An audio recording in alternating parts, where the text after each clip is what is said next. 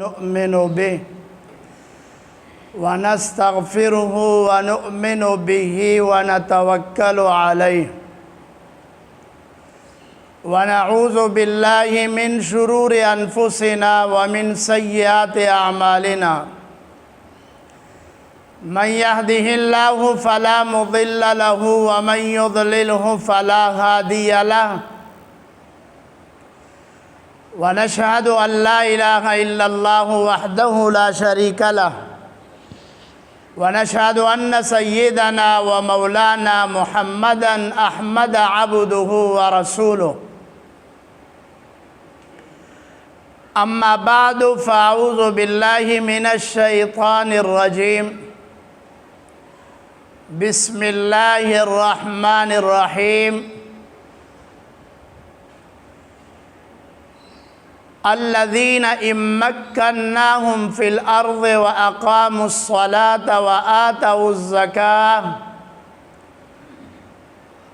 وعد الله الذين آمنوا وعملوا الصالحات منهم ليستخلفنهم في الأرض كما استخلف الذين من قبلهم وليمكنن لهم دينهم الذي ارتضى لهم وليبدلنهم من بعد خوفهم أمنا صدق الله العظيم اللهم صل على محمد وعلى آل محمد كما صليت على إبراهيم وعلى آل إبراهيم إنك حميد مجيد اللهم بارك على محمد وعلى آل محمد كما باركت على إبراهيم وعلى آل إبراهيم إنك حميد مجيد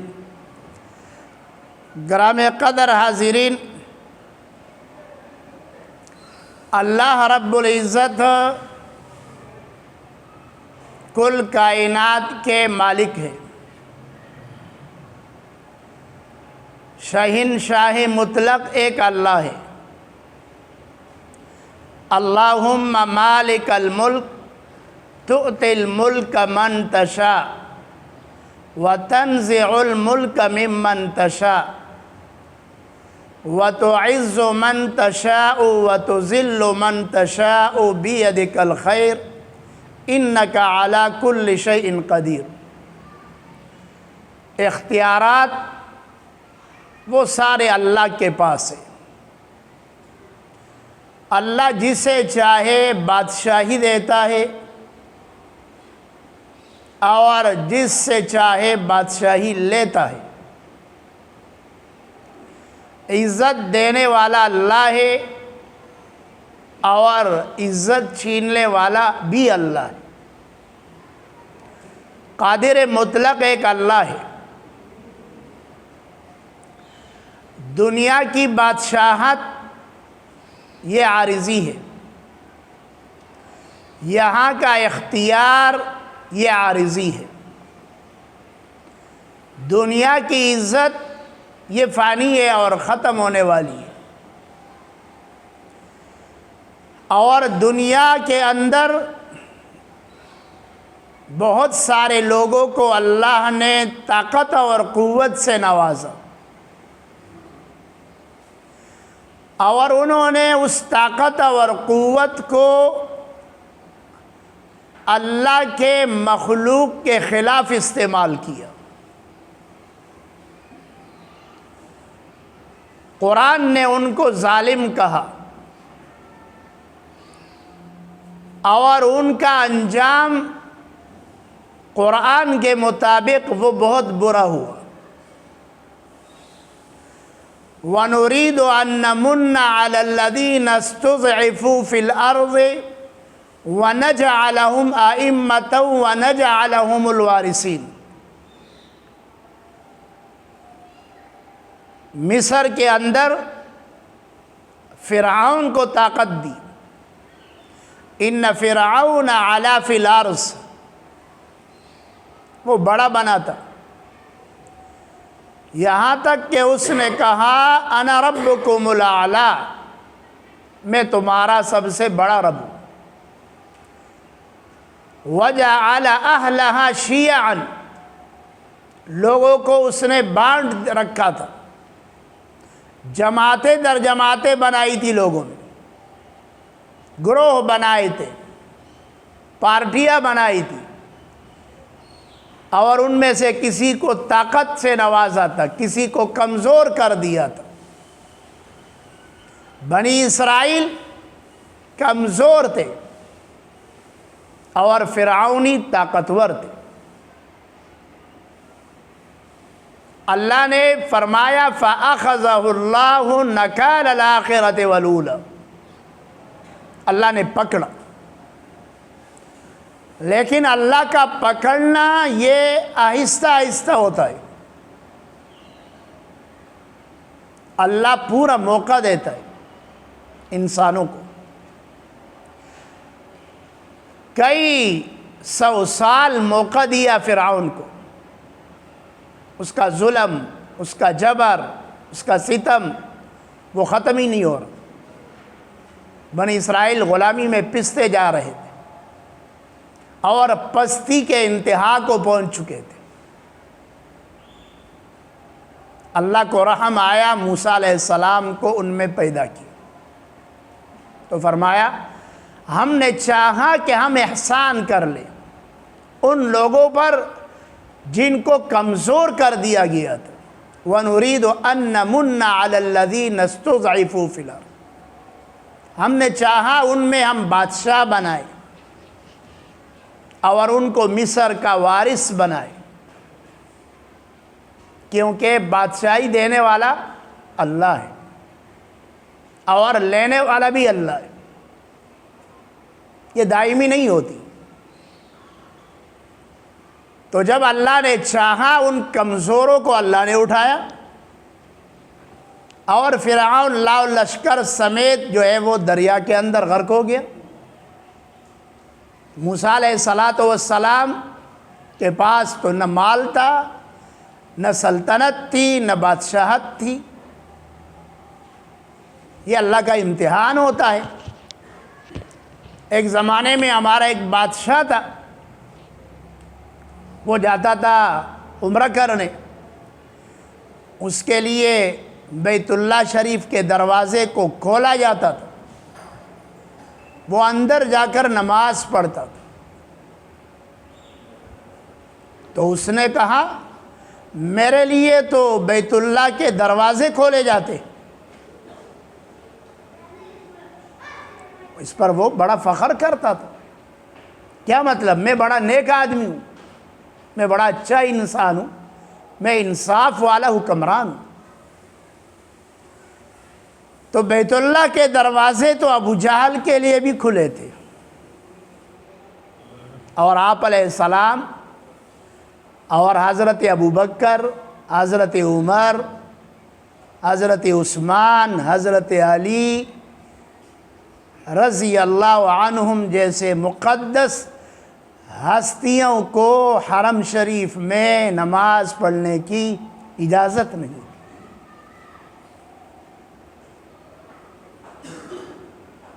ظالموں کو اللہ اقتدار دیتا ہے دنیا کو دکھانے کے لیے کہ دیکھو یہ ظالم ہے،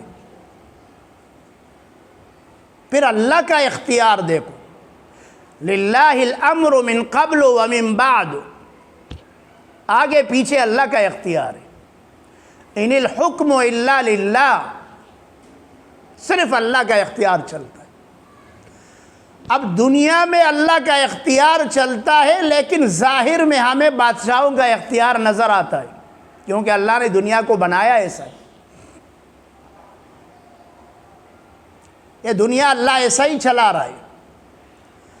آخرت میں صرف اللہ کا اختیار ہوگا، اللہ کا اقتدار ہوگا جو نظر آئے گا۔ اس لیے اللہ فرمائیں گے لمن الملک اليوم، آج کس کی بادشاہت؟ جو بڑے بڑے دعوے کرتے تھے، آج کس کی بادشاہت؟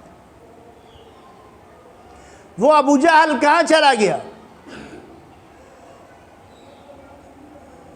جو حرم شریف میں بیٹھا ہوتا تھا اور آپ علیہ السلام نماز پڑھ لے اور سجدے میں جا رہے ہیں اور آپ کے اوپر اونٹ کی اوجھڑی لا کر ڈالی جاتی ہے، لرے دا گندگی نہ ڈک لرے اگر اوڑی او پیغمبر علیہ السلام پر سر باندھ دیا، پر ملا باندھ دیا پر حرم شریف اللہ کا نبی ہے، آسمان سے فرشتے دیکھ رہے ہیں، اللہ دیکھ رہا ہے اور آپ علیہ السلام سجدے میں ہیں، وہ آپ کی فریادیں، وہ آپ کی دعائیں کیا اللہ قبول نہیں کرتا؟ لیکن اللہ ظالم کو ڈھیل دیتا ہے اور جب پکڑتا ہے تو عبرت کا نشان بنا دیتا ہے۔ وہیں ابو جہل تھا، بدر کے اندر جب معرکہ ہوا تو 2 بچوں کے ہاتھوں مردار ہو گئے، پہلے ہی معرکے میں اللہ نے اس کا سر تس نس کر دیا، جو اسلام کو مٹانے کے خواب دیکھ رہا تھا، جو رسول اللہ صلی اللہ علیہ وسلم کو ختم کرنے کے خواب دیکھ رہا تھا، اللہ نے ختم کر دیا۔ مکے سے آپ علیہ السلام رات کے اندھیرے میں نکلے اور چند سال کے بعد مکے میں داخل ہو رہے ہیں اور مکے کے مشرک اور کافر وہ تھر تھر کانپ رہے ہیں۔ کچھ اس سال گزرے ہیں،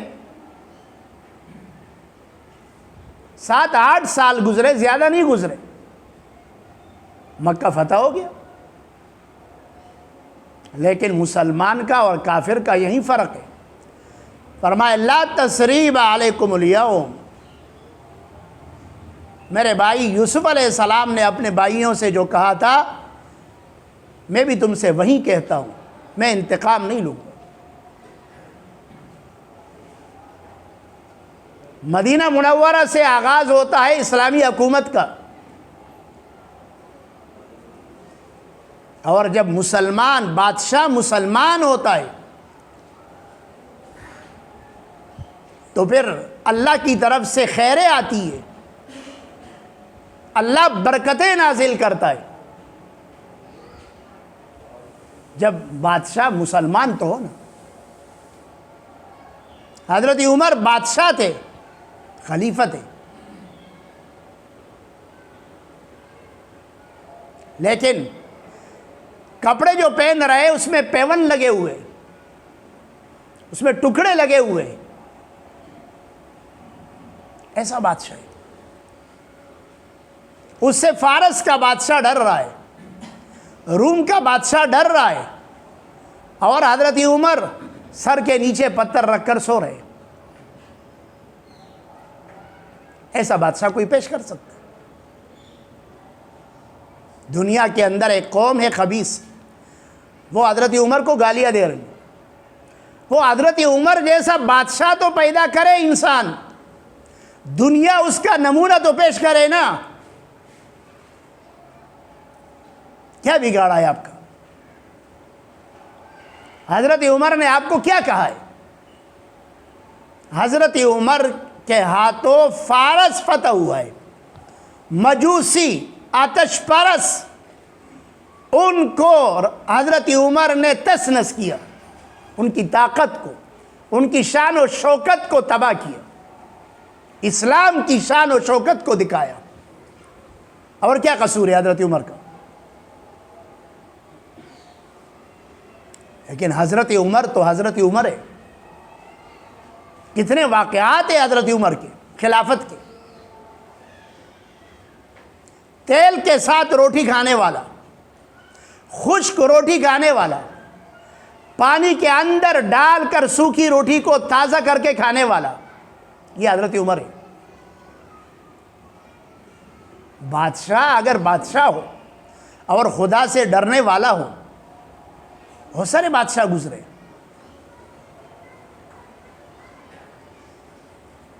حضرت عمر ابن عبدالعزیز رحمہ اللہ حضرت عمر کے نسل میں آئے، ان کی طرح خلیفہ راشد ہے، مثالی حکومت کی انہوں نے، 2-2.5 سال حکومت کی ہے لیکن مثالی حکومت کی ہے انہوں نے۔ عمر ابن عبدالعزیز رحمہ اللہ کے زمانے میں ان کا گورنر ہے عراق کا، اس کا نام ہے عبد الحمید۔ اس نے خط لکھا خلیفہ کو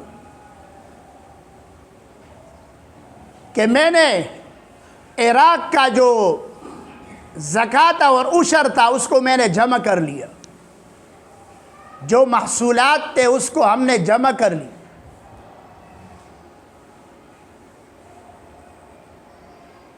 لوگوں میں بانٹ کر، غریبوں میں ہم نے بانٹ دیا، پھر بھی بہت ساری دولت باقی ہے،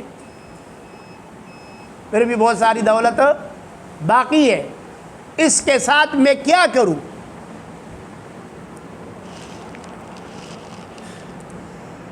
تو حضرت عمر ابن عبدالعزیز رحمہ اللہ نے جواب میں خط لکھا، فرمایا کہ تمہارے علاقے میں جن لوگوں پر قرضے ہیں، تمہارے علاقے میں جن لوگوں پر قرضے ہیں، اس مال سے ان کے قرضے ادا کیے جائیں۔ اس نے پھر خط لکھا کہ حضرت وہ قرضے ادا ہو چکے ہیں، وہ میں پہلے اس مال سے ادا کر چکا ہوں، پھر بھی مال زیادہ ہے، صرف زکوٰۃ و عشر۔ حضرت عمر ابن عبدالعزیز نے پھر خط لکھا، فرمایا کہ جتنے نوجوان لڑکے اور لڑکیاں بغیر شادی کے زندگی گزار رہے ہیں، اس مال سے ان کی شادیاں کرا دیں۔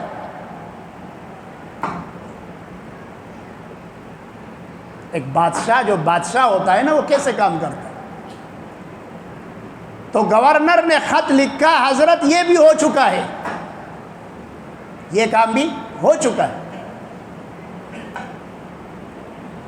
تو پھر عمر ابن عبدالعزیز نے لکھا کہ جن لوگوں نے شادیاں کی ہیں اور ان میں ایسے لوگ ہیں جو اپنی بیوی کے مہر کو ادا نہیں کر سکتے، اس مال سے ان کو ان کا مہر ادا کرنے دیا جائے، ان کا مہر ادا کیا جائے۔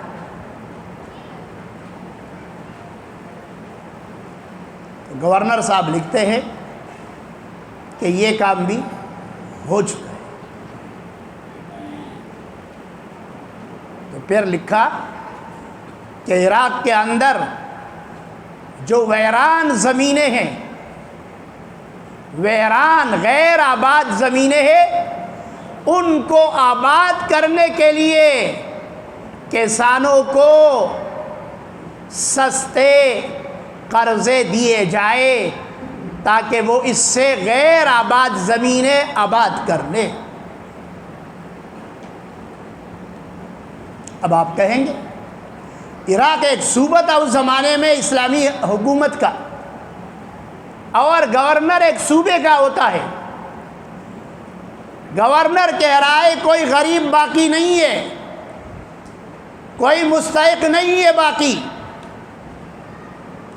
سب کو حق مل چکا ہے، مال زیادہ ہے، شادیاں کرا چکے ہیں،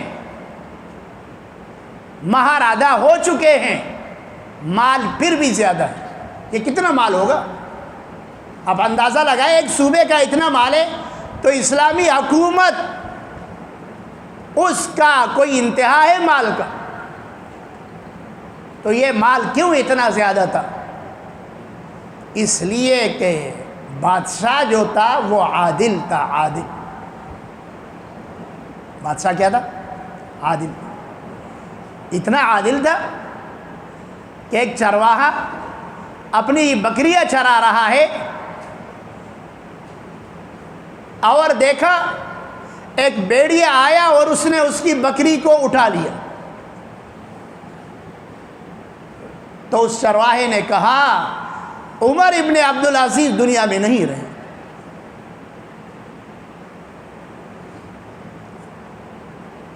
ان سے پوچھا گیا کیسے آپ کو پتہ چلا؟ کہا جب تک حضرت عمر ابن عبدالعزیز زندہ تھے مجال تھی بھیڑیا کی کہ وہ بکری کو ٹیڑھی آنکھ سے دیکھتا۔ بھیڑیا اور بکری ایک ہی چشمے سے پانی پیتے تھے، یہ عدل کی برکتیں ہیں۔ لیکن آج جو ہے میری بکری کو بھیڑیا اٹھا کر لے گیا، اس کا مطلب ہے خلیفہ نہیں رہا دنیا میں، بادشاہ زندہ نہیں رہا۔ تو وہ کیسے خلیفہ تھے؟ حضرت عمر ابن عبدالعزیز ایک دفعہ گھر تشریف لائے، حالانکہ بادشاہت سے پہلے جب وہ بادشاہ نہیں بنے تھے اس سے پہلے وہ بیش قیمت لباس پہنتے تھے، بے انتہا قیمتی لباس، اور اس جیسا لباس مدینے میں کوئی پہن نہیں سکتا تھا، اتنی دولت تھی ان کے پاس۔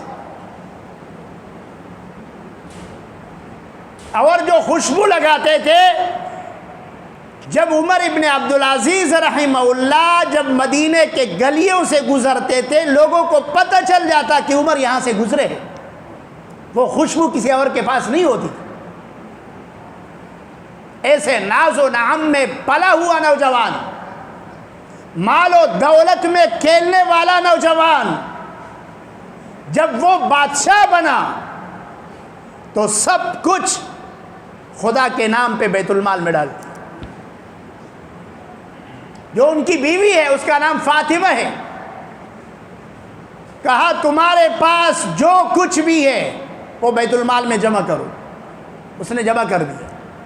سونا رہا اس کے پاس، کہا عمر ابن عبدالعزیز اور یہ سونا ایک گھر میں جمع نہیں ہو سکتے، یا تو سونے کو لے کر اپنے باپ کے گھر میں چلی جاؤ، اگر میرے ساتھ رہنا ہے اس سونے کو بھی بیت المال میں جمع کر۔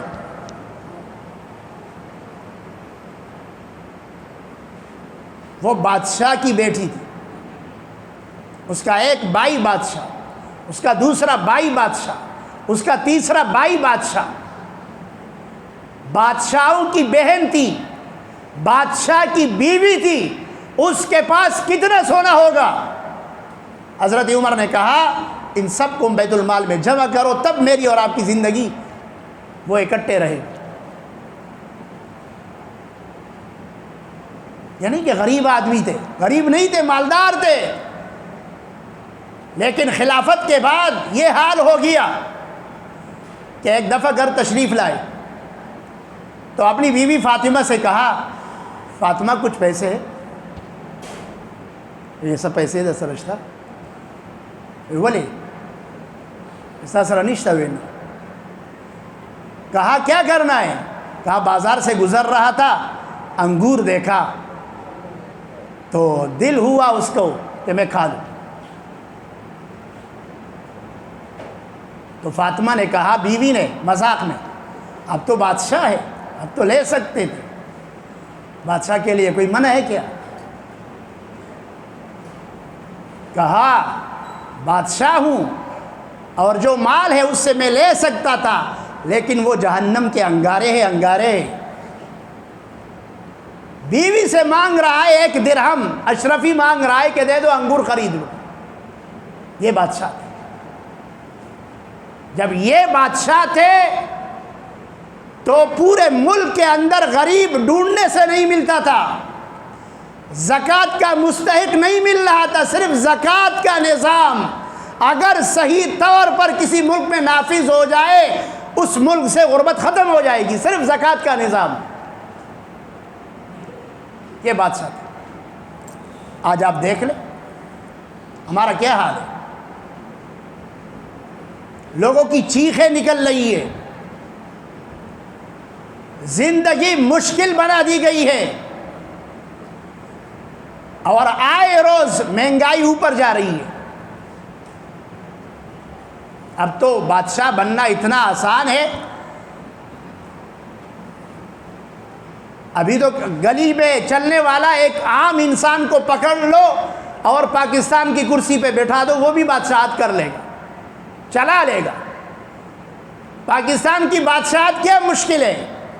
بالکل آسان ہے، بس بیٹھ جائے اور یکم تاریخ کو دستخط کرے کہ 20 روپے پیٹرول مہنگا ہو گیا، 15 روپے ڈیزل مہنگا ہو گیا اور بجلی مہنگی ہو گئی،